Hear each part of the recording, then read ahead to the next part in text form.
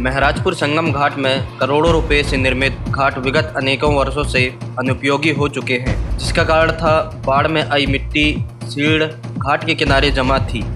अनेकों बार क्षेत्रीय लोगों द्वारा इस मिट्टी को हटाने के लिए जिला प्रशासन को आवेदन व ज्ञापन दिए गए। वही बता दें, संगम में शहरों के दर्जनों श्रद्धालु आते हैं जो कर्मकांड पूजन आदि करते हैं। इसे छोटा प्रयागराज भी कहा जाता है। मां नर्मदा त्रिवेणी संगम धार्मिक एवं सामाजिक विकास समिति के सदस्यों व कुछ स्थानीय जनों ने मकर संक्रांति को यहां आए श्रद्धालुओं की परेशानी देखी, जो इस मिट्टी सीड़ के कारण स्नान पूजा नहीं कर पा रहे थे। वहीं नर्मदा जल में भी आसपास की गंदगी, घाटों के आसपास गंदगी को देखकर समाज सेवी पंकज चौधरी को अवगत कराया गया व सहयोग की बात की गई, जिसके लिए पंकज चौधरी ने स्वयं मशीन व डीजल मजदूर का खर्च स्वयं वाहन करते हुए यहाँ की मिट्टी को बराबर कर गड्ढे व गंदगी को समाप्त कर समतलीकरण किया, जिससे सुबह स्नान पूजा पाठ घूमने आने वालों को साफ स्वच्छ व गड्ढे गंदगी रहित परिसर मिले। जिस काम को करने में प्रशासन ने ध्यान नहीं दिया, उसे पंकज चौधरी ने कर दिखाया। अब संगम घाट में समतलीकरण कर मैदानी रूप दिया जा रहा है। पूरा कार्य बिना प्रशासन के सहयोग से किया जा रहा है, जिससे श्रद्धालुओं व क्षेत्रीय जनों में भी खुशी है कि वह अब वे सरलता व स्वच्छ वातावरण में स्नान पूजा योग आदि कर पाएंगे। वही करोड़ों रुपए से बने घाट पुनः उपयोगी हो सकते हैं।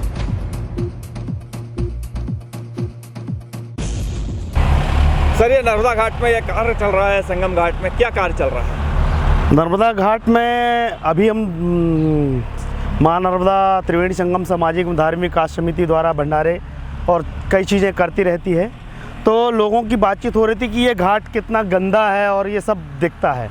तो हमारे पंकज भैया हैं, पंकज भैया के साथ हम लोग की चर्चा हुई, तो हमारे दिमाग में आई कि चलो ये हम कुछ तो नहीं कर सकते, लेकिन इसमें कुछ मिट्टी है तो कुछ रेता है, तो रेत और मिट्टी को मिला के काप बराबर हो जाएगी, तो ये एक समतल ग्राउंड बनाने की बात दिमाग में आई और वो उसी को हम कार्य रूप में परिणित करने जा रहे हैं। जिस देख रहे हैं कि ये ग्राउंड एकदम उबड़ खाबड़ था, लोगों को चलने में भी तकलीफ होती थी, पानी गिर जाता तो फिसलन आती थी।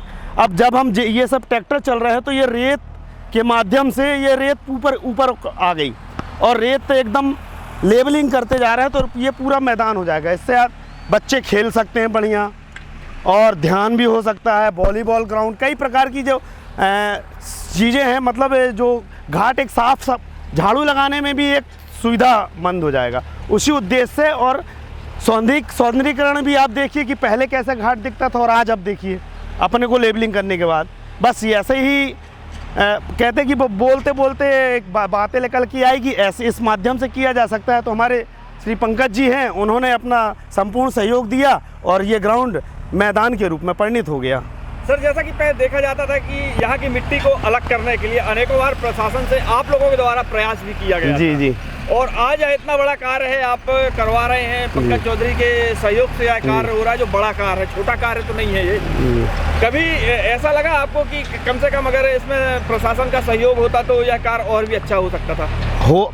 बिल्कुल हो सकता था, इससे अच्छा हो सकता था। हमारी तो एक छोटी सी शुरुआत है, वो चाहे तो इस चीज़ को देख के ऑब्जर्व कर सकते हैं कि कैसे किया जा सकता है। हमारे पास तो 2 इंस्ट्रूमेंट हैं मात्र, शासन के पास तो बहुत सारे उपकरण हैं, वो सब कुछ करा सकती हैं। अब रही बात प्रशासन की, वो किस दृष्टि से और किस सेवा भाव की दृष्टि से करना चाहता है। सर, हम आपसे पूछ रहे हैं, आप हैं पंकज चौधरी, आपने बारिश के समय भी सड़कों के गड्ढे भरने के कार्य किए थे और यह लोकहित के कार्य आप करते चले आ रहे हैं। आज देख रहे हैं कि संगम घाट में भी आपके द्वारा यह समतलीकरण का कार्य चल रहा है। यह प्रेरणा कैसे मिली आपको? बस ये भैया जी के